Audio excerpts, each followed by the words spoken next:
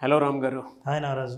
మనిషి అంటే years pass అయ్యే కొద్దీ, ఏజ్ పెరిగే కొద్దీ ఎక్కడో తెలియకుండా ఒంటరితనాన్ని ఫీల్ అవుతూ ఉంటాడు. ఒక తెలియని బాధ, ఆవేదన, దానితో పాటు లోపల కొన్నిసార్లు ఎవరికైనా ఏదైనా చెప్పుకోవాలనుకున్నా కూడా వేస్ట్ చెప్పుకున్నా అనేటువంటి ఆలోచన వచ్చేస్తుంది. కన్నీళ్ళు కూడా రావు కొన్నిసార్లు. అంటే అన్ని దెబ్బలు తగులుతూ ఉంటాయి కంటి ముందు. చుట్టూ ఉండే ఫ్యాక్టర్స్ మన అనుకున్నటువంటి వాళ్ళే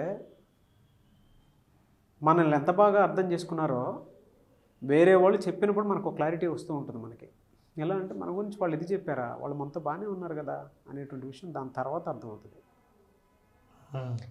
ఎవరిని నమ్మాలనిపించదు, ఆకలేదు, కోపం వస్తుంది కానీ చూపించుకోలేరు, బాధ వస్తుంది కానీ సరిగ్గా పడలేరు, ఒకచోట కన్సిస్టెన్సీ మెయింటైన్ చేయలేరు, ఆవేదన ఒకటే లోపల ఏడుస్తూ ఉంటుంది.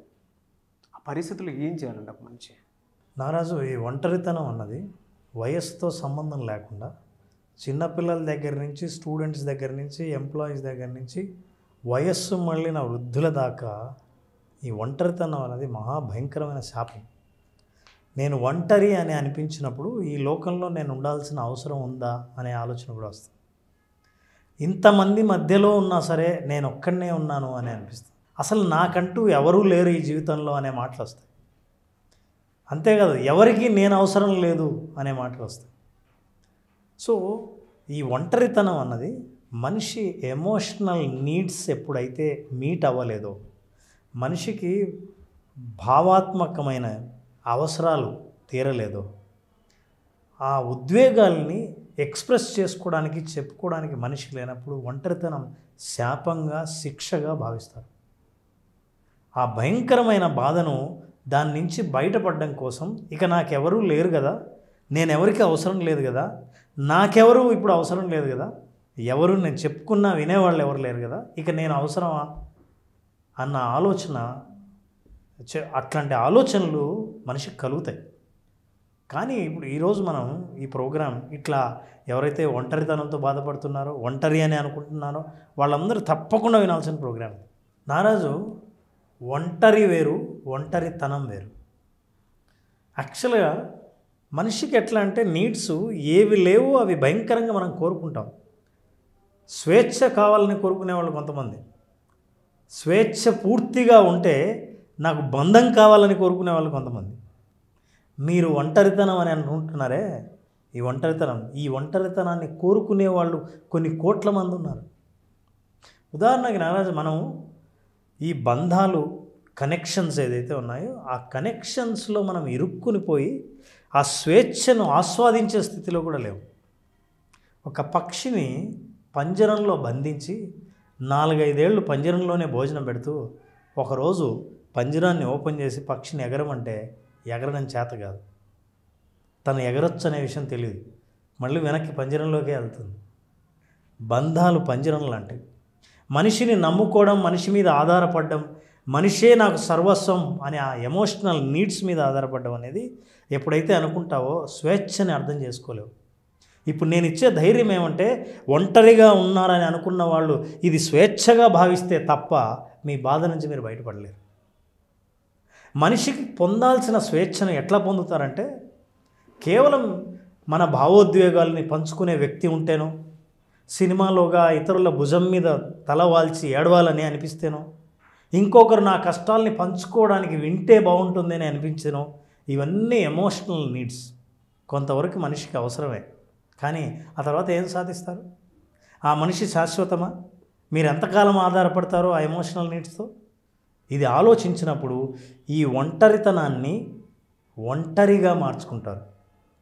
అంటే నేను ఒక్కడిని ఆలోచిస్తే నా జీవితం గురించి కానీ, నా భవిష్యత్తు గురించి కానీ నాకెంత సృజనాత్మకమైన ఆలోచనలు వస్తాయి, నేను ఎంత కొత్తగా ఆలోచించగలను, నాతో నేను ఎలా గడపగలను, నన్ను నేను డెవలప్ చేసుకోవడానికి ఎన్ని ఆలోచనలు చేయగలను, నాతో నేను గడిపే సమయం ఇన్నాళ్ళు రాలేదు కదా, ఇప్పుడే నాకు సమయం అని అనుకుంటే తప్ప నీ ఒంటరితనం నుంచి బయటపడలేదు. ఒంటరితనం అన్నది శాపమని, ఒంటరితనం అనేది శిక్ష అని అనుకున్నంతకాలం ఆ శిక్షలను మగ్గుతూనే ఉంటాయి.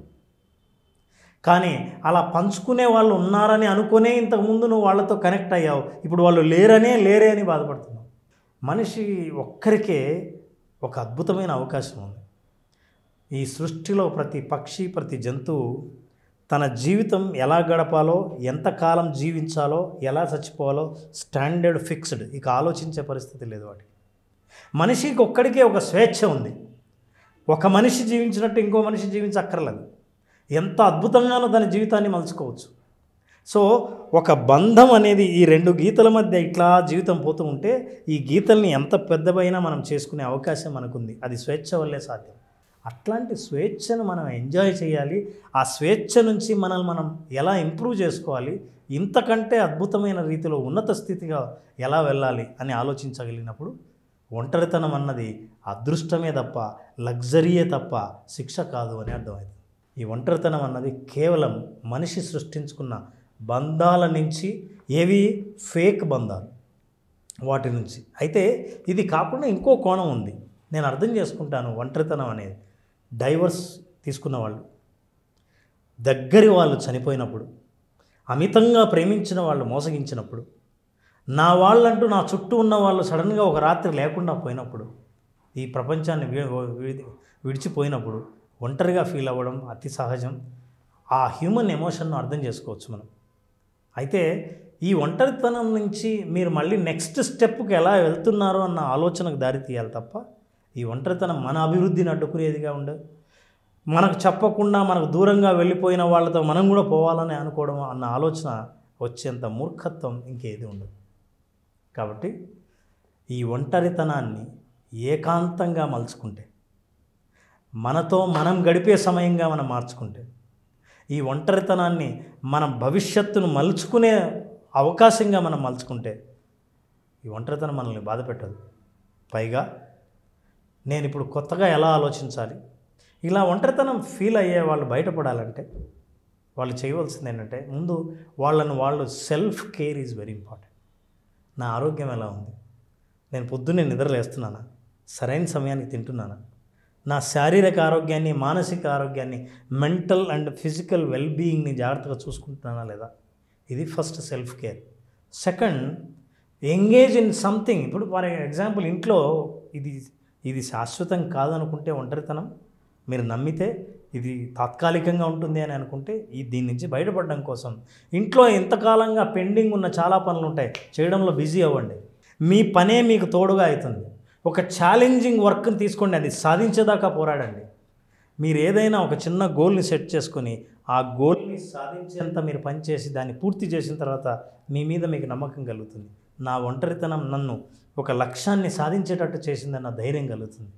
ఇట్లాంటి విషయాల్లో మీరు ఎంగేజ్ కావడం వల్ల తాత్కాలికమైన ఒంటరితనం నుంచి బయటపడి ఆ ఒంటరితనాన్ని అవకాశంగా మార్చుకొని దాన్ని లగ్జరీగా తీసుకొని మీరు ఇంప్రూవ్ అయ్యే అవకాశాలు 100 రెట్లు ఉన్నాయి.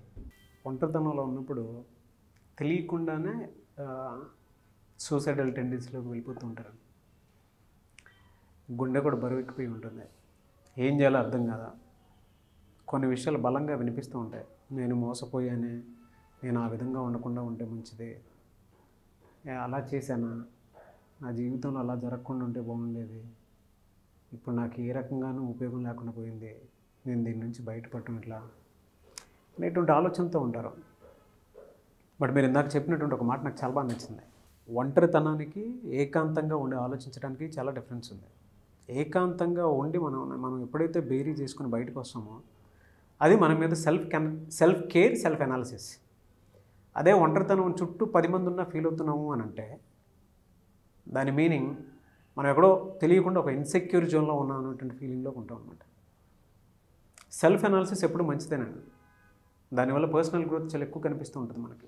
అది పర్సనల్ గ్రోత్కి మొదటి మెట్టు. అవును, ఎందుకంటే వాట్ నెక్స్ట్ అనే దాని మీద అవగాహన వచ్చేస్తుంది ఫస్ట్ థింగ్. రెండోది, కొన్ని మనం వేసిన అడుగులు ఏవైతే ఉన్నాయో ఎక్స్పెక్టేషన్స్కి కాకుండా అవసరానికి మాత్రమే వేసేటువంటి అడుగులు మాత్రమే మనకు ముందు కనిపిస్తూ ఉంటాయి. దానివల్ల మనం ఏంటో తెలుస్తూ ఉంటుంది. పరిగెత్తే ప్రాసెస్ కూడా అక్కడి నుంచే అర్థమవుతుంది. ఎప్పుడు ఒంటరితనంలో ఉండకూడదండి, ఏకాంతంలో ఉండి ఆలోచించుకొని ఒక సెల్ఫ్ అనాలిసిస్ అయితే డెఫినెట్గా సెల్ఫ్ డౌట్ని మాత్రం క్రియేట్ చేసుకుని ముందుకు రావాల్సిన అవసరం చాలా. అదే కాదు, ఇంకొక విషయం వాళ్ళకి గుర్తుపెట్టుకోవాల్సిన అవసరం ఏంటంటే, ఆ స్వేచ్ఛను ఎంజాయ్ చేయాలంటే ధైర్యం ఉండాలి, అందరి వల్ల కాదు. ఎందుకంటే స్వేచ్ఛలో మీకు ఏ బంధాలు ఉండవు, కాబట్టి మీకు స్వేచ్ఛ ఉంది కాబట్టి మీరు దాన్ని ఏ రకంగానైనా ఉపయోగించుకోవచ్చు. అందుకే మీకు చాలా ధైర్యం ఉండాలి, దాని మీద క్లారిటీ ఉండాలి. స్వేచ్ఛ మీద, బంధాల మీద మీకు స్పష్టమైన అవగాహన లేకపోతే బంధం అంటేనే చిక్కుకోవడం, మీరు చిక్కుకుంటారు. ఈ రెండింటినీ అర్థం చేసుకోవాలి. అంతేకాదు మనిషి ఏదైతే లేదో అది కావాలంటాడు. అబ్బో నాకు చాలా ఎక్కువైపోయినాయి, దీని నుంచి బయటపడిపోవాలి, నేను కొంతకాలం ఒంటరిగా గడపాలనుకుంటున్నా అంటాడు. ఒంటరిగా ఉన్నవాడు నాకు అన్ని బంధాలు కావాలి అని అంటాడు.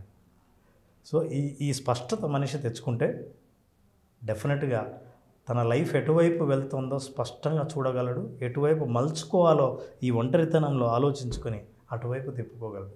సో అడ్వాన్స్ విజువలైజేషన్ క్లాస్ ఎక్కువ మంది అడుగుతున్నారు, ఎప్పుడంటే అవకాశం ఉంటుంది? నారాజు అడ్వాన్స్ విజువలైజేషన్ ద్వారా ప్రయోజనం పొందాలని అనుకుని లైవ్ ప్రాక్టీస్ టైంని పెంచాలని అనుకునే వాళ్ళు ఎవరైనా సరే, అలా స్టేట్ ఆఫ్ మైండ్ని కన్సిస్టెంట్గా ఒక స్థితిలో ఉంచడానికి ప్రాక్టీస్ చేయాలనుకున్న వాళ్ళందరికీ ఈ అడ్వాన్స్ విజువలైజేషన్ ద్వారా డిఫరెంట్ ఎక్స్పీరియన్సెస్, అంతేకాకుండా చాలాసార్లు యాదృచ్ఛికం మన జీవితంలో అని అనుకున్నవి, కోయిన్సిడెన్సెస్ జరుగుతున్నాయని అనుకున్న కోయిన్సిడెన్సెస్ చాలా లైఫ్లో ఎక్స్పీరియన్స్ అవ్వాలి అని అంటే అడ్వాన్స్డ్ విజువలైజేషన్ ఖచ్చితంగా అటెండ్ అవ్వాల్సింది. సో ఆ డిఫరెన్స్ తెలియడం కోసం ఖచ్చితంగా కింద కనిపిస్తున్న నంబర్కి ఫోన్ చేస్తే ఈ నెల 23rd అడ్వాన్స్ విజువలైజేషన్ మనం స్టార్ట్ చేస్తున్నాం. 5 days సెషన్, రోజు 1 hour. ప్రాక్టీస్ టైం ఎక్కువ ఉంటుంది. కాన్సెప్ట్స్, దెన్ ఈచ్ కాన్సెప్ట్ తర్వాత వెంటనే ప్రాక్టీస్. సో అట్లా ప్రాక్టీస్ టైంని పెంచి వాళ్ళని అడ్వాన్స్ లెవెల్కి తీసుకెళ్ళడమే ఈ ప్రోగ్రామ్ ఉద్దేశం.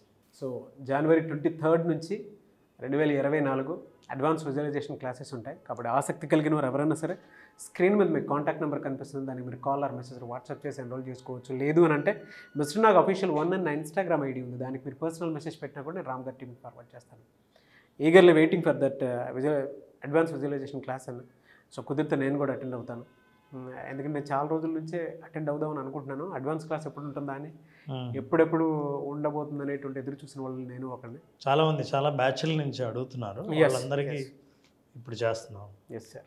Anyways thank you so much Ram garu, and wish you all the best. Thank you very much.